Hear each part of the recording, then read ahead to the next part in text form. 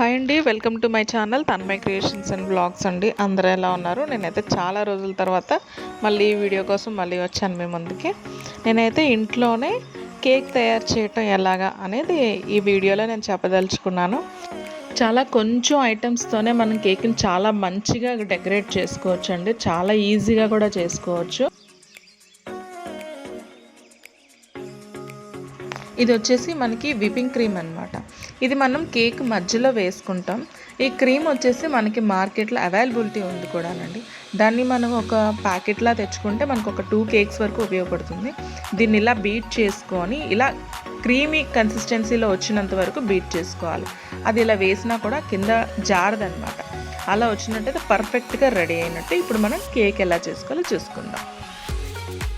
ఇక్కడైతే మనం బేస్ అనేది రెడీ చేసుకోవాలండి. కార్డ్బోర్డ్ పెట్టుకుంటాం కదా, ఆ కార్డ్బోర్డ్కి కొంచెం క్రీమ్ అయితే అప్లై చేసుకోవాలి. ఇలా చేయటం వల్ల ఏంటంటే మనం కేక్ కట్ చేసి పెడతాం కదండి, లేయర్స్ కింద కట్ చేసి పెట్టినప్పుడు ఆ కేక్ అనేది మనం తయారు చేస్తున్నప్పుడు జరగకుండా అలా స్టిక్కీగా ఉంటుందన్నమాట. మనం ఇక్కడ ఏ షేప్ అయితే అనుకుంటామో ఆ షేప్ కేక్ కట్ చేసుకొని పెట్టుకోవాలి. ఇది వచ్చేసి మనకి షుగర్ సిరప్ అనమాట. ఈ షుగర్ సిరప్ వేయడం వల్ల ఏంటంటే కేక్ అనేది లోపల స్మూత్గా స్పాంజీగా కూడా వస్తుందన్నమాట. ఇలా షుగర్ వాటర్ అనేది మనం కొంచెం ఎక్కువగానే అప్లై చేసుకుంటే, మరి ఎక్కువ వేయటం వల్ల ఏంటంటే కేక్ అనేది పాడైపోతుంది. సో నార్మల్గా మనకి ఎంత అనేది మనకు తెలుస్తుంది కదా, సో అలా వాటర్ వేసుకొని మనం క్రీమ్ అయితే అప్లై చేసుకుందాం. మనం ఇందాక విప్ చేసుకొని ఉంచుకున్నాం కదండి క్రీమ్, ఆ క్రీమ్ని ఇక్కడ మనం అప్లై చేసుకోవడమే. ఈవెన్గా నీట్గా అప్లై చేసుకోవాలండి. జరుపుతూ ఈవెన్గా నీట్గా అప్లై చేసుకోవాలి. ఇక్కడ వచ్చేసి నేను ఎక్స్ట్రా టేస్ట్ కోసం స్ట్రాబెర్రీ క్రష్ అయితే వేస్తున్నాను. మనకి ఏదైనా బయట అవైలబిలిటీ ఉంటుంది, పైనాపిల్ ఉంటుంది, మ్యాంగో ఉంటుంది, ఎవరిష్టం వాళ్ళకి. ఇక్కడ వచ్చేసి నేను స్ట్రాబెర్రీ క్రష్ అయితే మధ్యలో వేసుకుంటున్నాను. ఇలా వేసుకున్న తర్వాత మనం నెక్స్ట్ బేస్ కూడా మనం వేసుకోవాలన్నమాట. నెక్స్ట్ బేస్ కూడా సేమ్ ప్రాసెస్.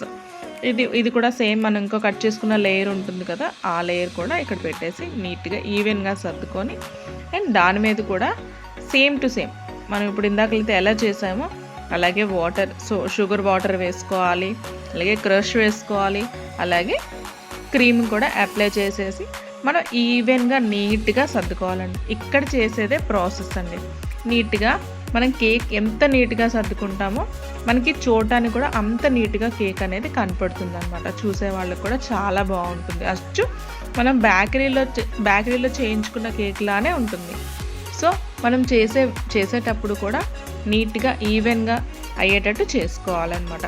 అలాగే ఇక్కడ వచ్చేసి మనకి స్క్రాపర్ ఉంటుందండి. ఈ స్క్రాపర్తో మనం జరపకుండా స్క్రాపర్ని ఒక్కచోటే ఉంచి ఓన్లీ బోర్డు మాత్రమే తిప్పుతున్నట్టయితే మనకి ఇంత నీట్గా ఈవెన్గా నీట్గా ఒక షేప్ అయితే వస్తుంది. మనం కేక్ తయారు చేసేటప్పుడు బోర్డుని కూడా చాలా నీట్గా క్లీన్గా పెట్టుకోవాలండి. అప్పుడే మనం చేసేటప్పుడు మనకి ఇంకా ఎంకరేజింగ్గా ఉంటుందన్నమాట. సో ఫైనల్లీ నేనైతే ఇలా డెకరేట్ చేసుకున్నాను. సేమ్ విపింగ్ క్రీమ్తోనే మనం ఇలా డెకరేట్ చేసుకొని, నాజిల్స్ ఉంటాయి, నాజిల్స్తో నేను నాజిల్స్ చూపించలేదు, నాజిల్స్తో సేమ్ ఇలానే చేసుకుంటే కేక్ అనేది అచ్చం మనం బయట కొన్నట్టే ఉంటుందండి.